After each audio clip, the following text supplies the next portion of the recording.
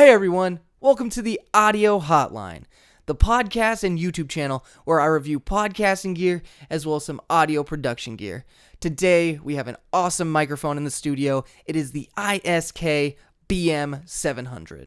I've noticed that this microphone gets requested to be reviewed a lot online, so I decided to take matters into my own hands, buy one, and just review the shit out of it. You can buy the ISK BM-700 on Amazon for $74.95, and I've noticed that on pretty much every other website, it's higher than that and closer to the $100 range. To record this microphone today, I am using the Zoom H5 with the gain set at about 40%. The accessories that come with this microphone are actually really awesome.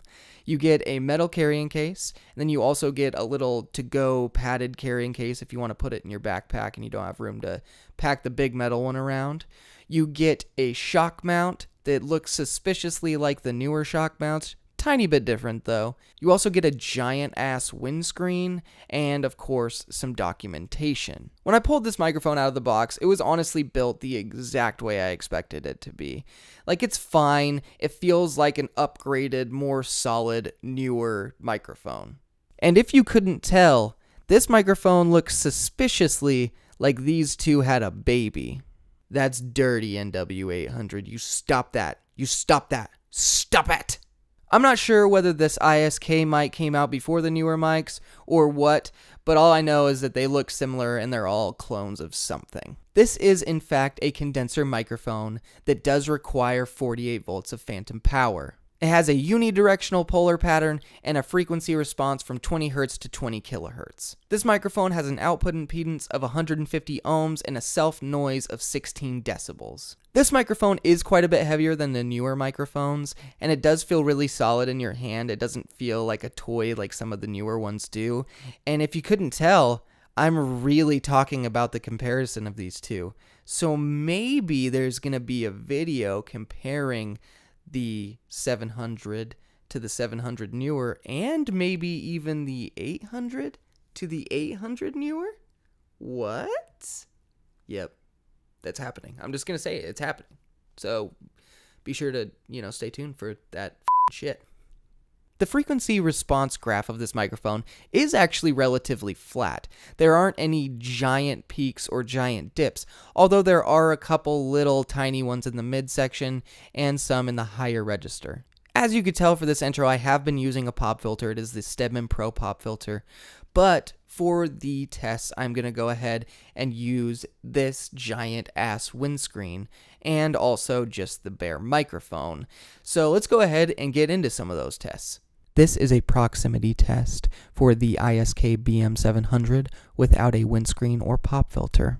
This is a proximity test with the provided windscreen in place, and holy shit is this thing giant. Intense plosives, Peter Piper picked a patch of pickled penises.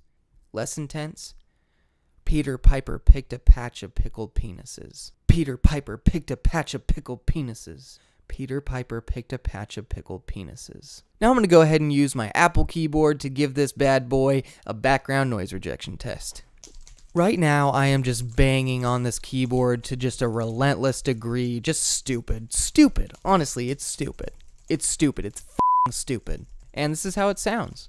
And this is what it sounds like with the windscreen. This is a test where the microphone is behind the camera's vision so that you can see what it would sound like if you're a YouTuber that just wants to improve your audio quality but doesn't want the microphone in the picture.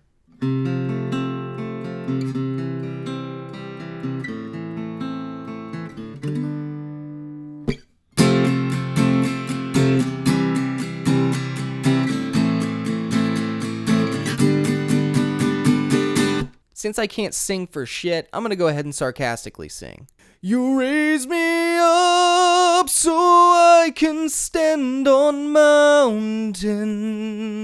You raise me up to walk on f***ing seas.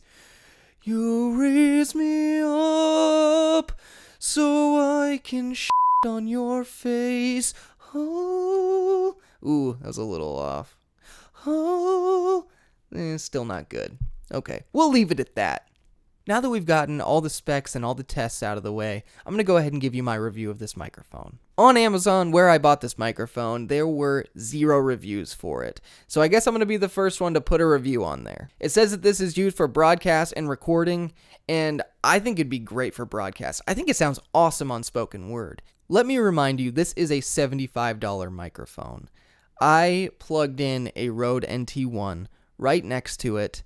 That's roughly, getting to $300, and truthfully, I thought it compared really well. In fact, let me show you how well. This is the ISK BM-700, and this is the Rode NT1A with the same level and same pop filter. Truthfully, I think this microphone is really awesome, and I would absolutely recommend it for $75.